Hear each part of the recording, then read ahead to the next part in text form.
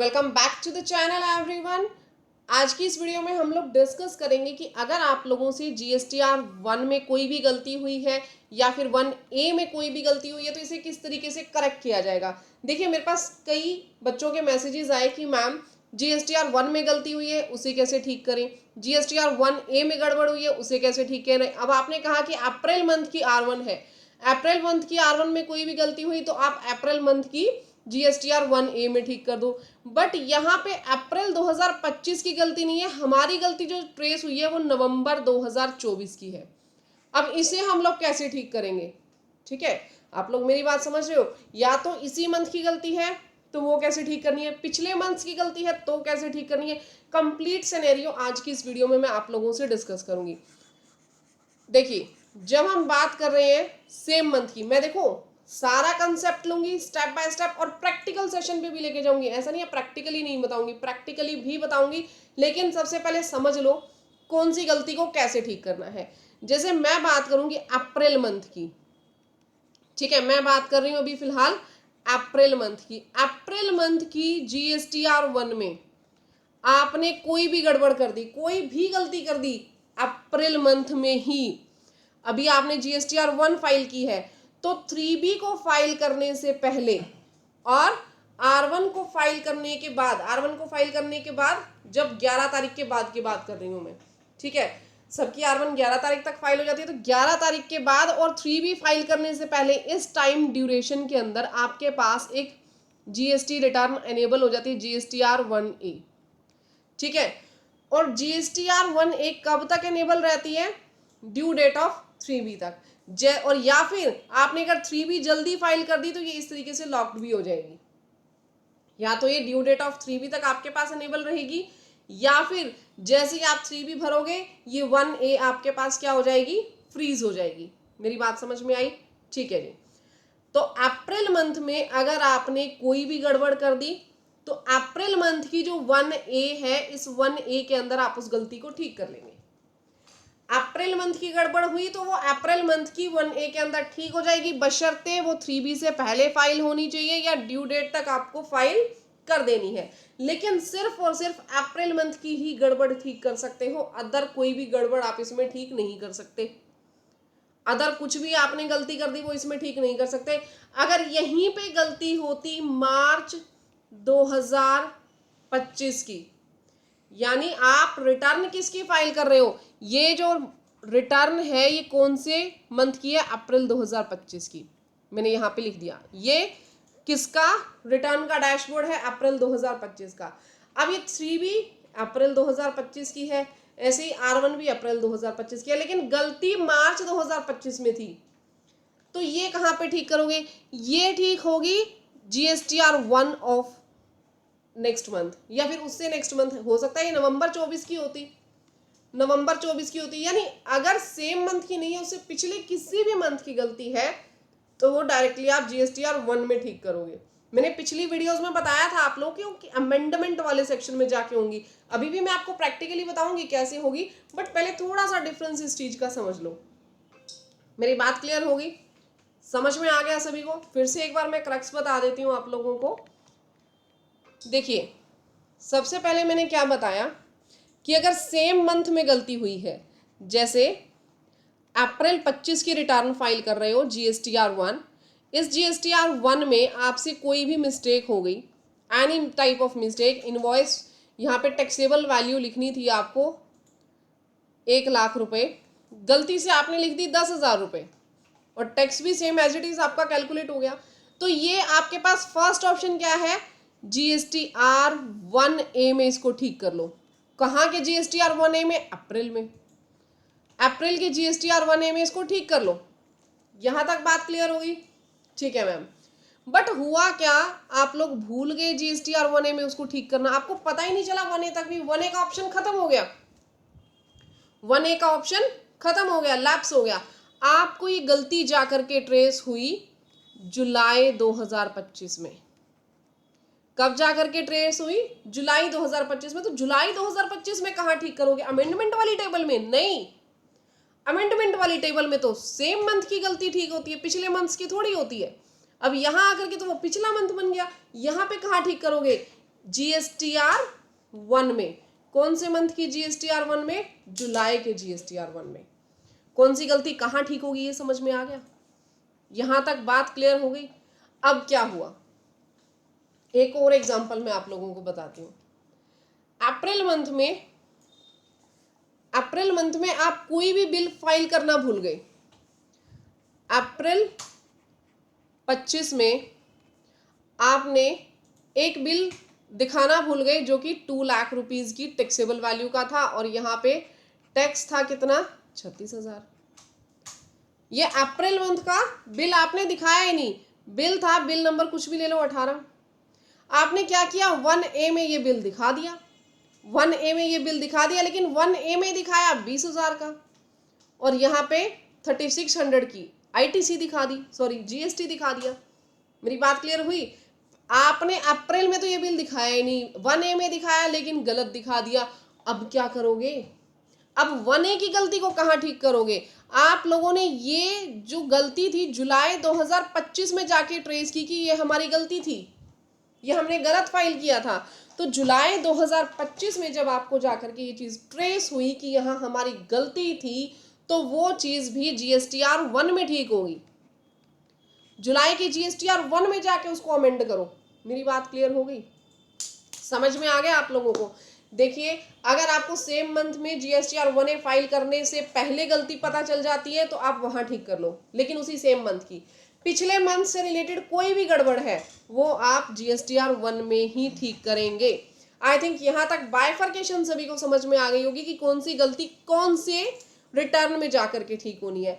अब हम देखते हैं प्रैक्टिकली वर्किंग इनकी क्या है। सबसे पहले तो देखेंगे GSTR 1 में पिछली गलतियां कैसे ठीक होंगी। उसके लिए सबसे पहले लॉगिन कर लीजिए GST पोर्टल पर। GSTR 1A में GSTR 1 ओपन कर लीजिए उस मंथ की जिस मंथ की आप लोग फाइल करने जा रहे हैं। फिलहाल मैंने यहाँ पे मई मंथ की ओपन की, यहाँ 3B इसलिए नहीं दिख रही है क्योंकि अभी फिलहाल मई मंथ की रिटर्न जानी स्टार्ट नहीं हुई है, बट R1 यहाँ पे प्रिपेयर हो जाएगी। आज 19 मई है तो ऑब्वियसली अभी जानी स्टार्ट नहीं हुई। ठीक है, आपको GSTR 1 पे यहाँ पे क्लिक कर देना है। GSTR 1 पे क्लिक होने के बाद आपने जो भी बिल्स पीछे गलत डाले थे, फॉर एग्जाम्पल मैं बात करूं, यहाँ पे एक मार्च मंथ के बिल में गलती हो गई थी। एक्चुअल में कोई गलती नहीं है, मैं रेंडमली आप लोगों को समझाने के लिए बोल रही हूँ। मार्च मंथ में किसी भी एक बिल में गलती हो गई थी, तो हम क्या करेंगे, अमेंडमेंट रिकॉर्ड डिटेल्स पे जाएंगे। ये जो मेरे पास रिटर्न है, ध्यान रखिए, ये मई 2025 की है, और मैं जो गलती ठीक कर रही हूँ वो मई से पहले वाले मंथ्स की कर रही हूँ। तो आप मई से पहले मंथ का कोई भी अगर बिल है जिसको आपने अमेंड करना है, आप अमेंड रिकॉर्ड डिटेल्स पे जाइए। अगर B2B का बिल था, अगर B2B का बिल था तो आपने यहाँ पे B2B इनवॉइसेस पे क्लिक कर देना है। क्लिक करने के बाद ये टेबल आप लोगों के पास ओपन हो जाएगी। यहाँ पे आपने क्या डालना है, यहाँ पे आपको इनवॉइस नंबर डालना है। जिस बिल में गड़बड़ हुई है, जो बिल में गलती है, वहां उसका इनवॉइस नंबर एंटर करो।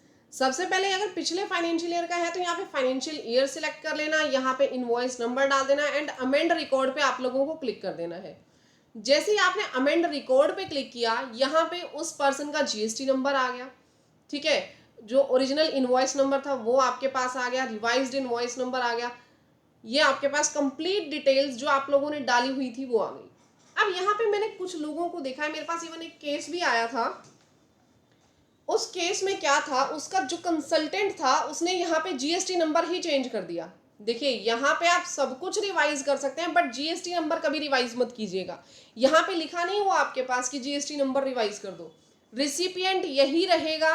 आपको क्या करना है, अगर डेट में चेंज है तो डेट यहाँ पे लिखिए, रिवाइज्ड डेट का ऑप्शन है आपके पास, रिवाइज्ड इनवॉइस नंबर का ऑप्शन है आपके पास, इनवॉइस वैल्यू में चेंज कर दो, टैक्सेबल वैल्यू में चेंज कर दो, बट रिसिपिएंट को चेंज मत कर देना।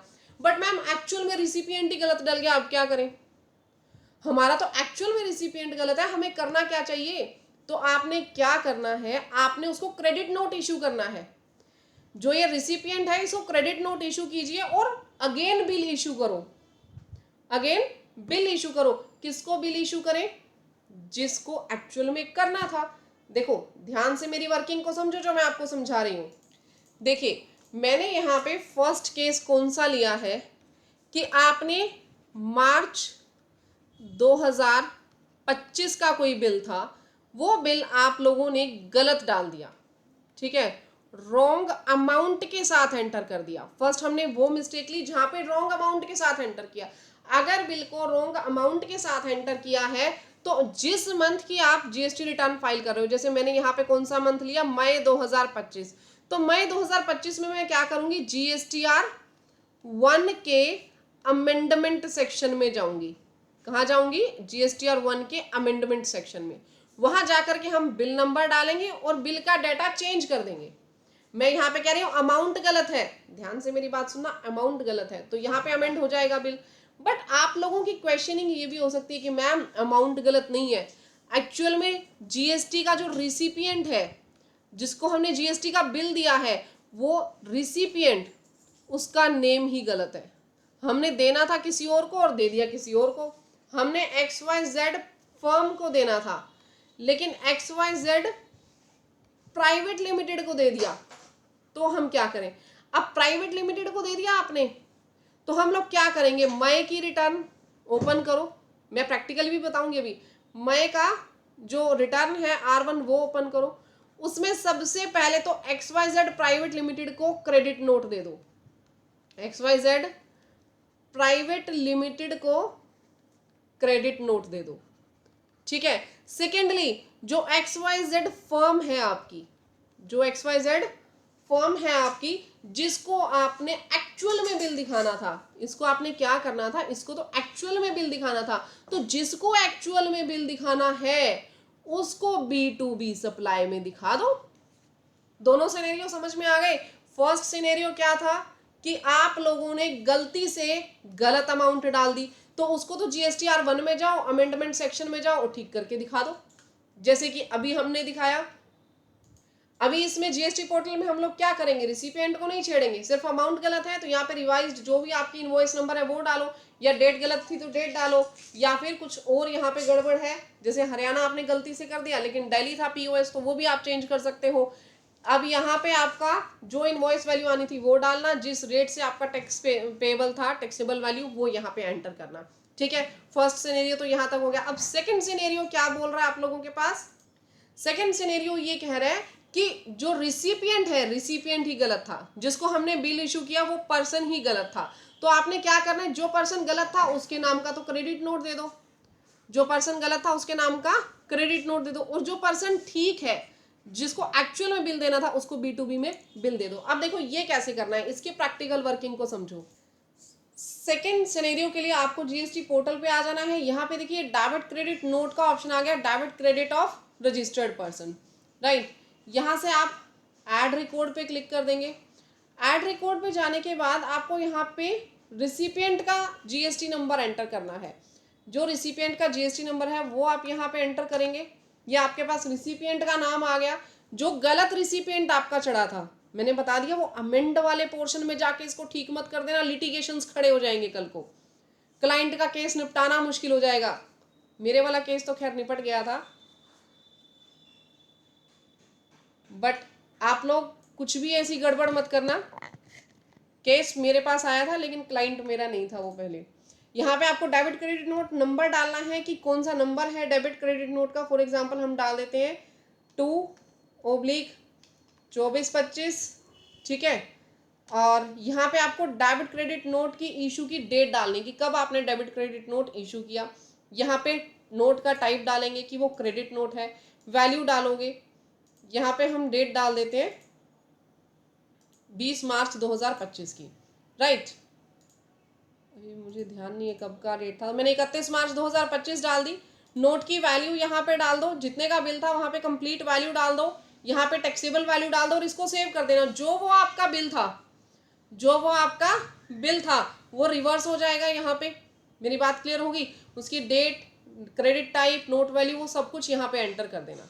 वो आपका जीरो नील वैल्यू पे आ जाएगा। नील वैल्यू पे कैसे आ जाएगा मैम, देखो XYZ फर्म थी, XYZ फर्म पार्टनरशिप फर्म थी, उसका आपने 2 लाख का बिल गलती से दिखा दिया था, गलती से दिखा दिया था। तो हमने क्या किया, इसका क्रेडिट नोट इशू कर दिया, हमने इसका क्रेडिट नोट इशू कर दिया। तो ये -2 लाख करके यहाँ पे जीरो आ जाएगा ना, बिल्कुल जीरो हो गया, वो बिल तो खत्म हो गया। तो इस तरीके से वो बिल क्या हो जाएगा, जीरो हो जाएगा। अब जीरो होने के बाद अब सेकंड स्टेप इसमें क्या करेंगे, XYZ प्राइवेट लिमिटेड को बिल इशू करेंगे। यहाँ दो स्टेप में गलती ठीक होगी। अगर अमाउंट, ध्यान से सुनिए, अगर गलती होती अमाउंट की, गलती होती डेट की, गलती होती सिर्फ और सिर्फ वैल्यू की, ठीक है, गलती होती सिर्फ और सिर्फ इनवॉइस नंबर की, तो यहाँ पे हम सीधा अमेंडमेंट वाले सेक्शन में जाके कर देते। GSTR 1 में जो नीचे अमेंडमेंट का ऑप्शन होता है वहां जा करके ठीक कर देते, सिंगल स्टेप में गलती ठीक हो जाती। बट अगर गलती रिसिपिएंट के अंदर ही गलती है, रिसिपिएंट जो है, रिसिपिएंट ही गलत चढ़ गया, तो यहाँ पे दो स्टेप करने पड़ेंगे। First one credit note issue करो, second one actual bill issue करो। अब क्रेडिट नोट कैसे इशू करना है मैंने बता दिया, एक्चुअल बिल कैसे इशू करना है वो मैं अभी बताऊंगी आपको। अब एक्चुअल बिल जिसको भी इशू करना है, फॉर एग्जांपल B2B है एक पर्सन जिसको इशू करना है, यहाँ पे ऐड रिकॉर्ड पे आप लोग क्लिक करेंगे।